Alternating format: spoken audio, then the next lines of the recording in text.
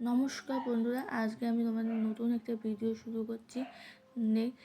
কিছু কোশ্চেন, যে কোশ্চেনগুলো বাকি ছিল ইম্পর্টেন্ট চ্যাপ্টার, সেই কোশ্চেনগুলি তোমাদের আমি লিখে নিই। তোমরা খাতায় নোট ডাউন করে নাও, আর যারা জানো তা একবার শুনে নাও। ওকে, তো চলো শুরু করছি, বেশি কথা না বলি। স্তূপ কাকে বলে? যুদ্ধে দেহবশের ওপর গড়ে ওঠা যে অর্ধ গোলাকার মাটির ঢিপিগুলোকে স্তূপ, মানে যুদ্ধের সময় দেহবশের যে ওপরে যে গোলাকার যে অর্ধ গোলাকার যে মাটিগুলো থাকে, ঢিপিগুলো, সেগুলোকে স্তূপ বলে। তারপর হচ্ছে শক ও কুষাণগুলি যুগে কী কী শিল্প নীতি গড়ে উঠেছিল? গান্ধার ও মথুরা শিল্পীরীতি।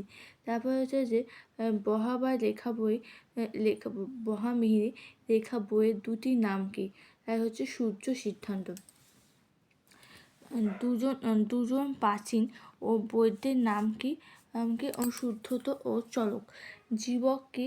জীবক হচ্ছে মৌর্য আমলে একজন চিকিৎসক। তারপর হচ্ছে আর্যভট্ট কে ছিলেন? আর্যভট্ট ছিলেন গুপ্ত যুগে একজন জ্যোতিষ বিজ্ঞানী। তারপর অজন্তা গুহা কোন যুগের চিকিৎসক ছিল? গুপ্ত যুগে।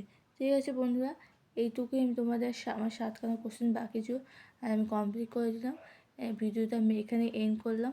ভালো লাগে ভিডিওটা, প্লিজ চ্যানেলটা সাবস্ক্রাইব করে দিও। আর বেশি করে আরও নতুন নতুন তথ্য বা কন্টেন্ট পাওয়ার জন্য প্লিজ ভিডিওটাকে ফলো করো, আর বন্ধুদের সাথে প্লিজ শেয়ার করে দিও। আর ভুলেও না, প্লিজ সাবস্ক্রাইব করতে ভুলো না। ওকে, আজকের মতো ভিডিও এন্ড করছি, রাখছি, বাই।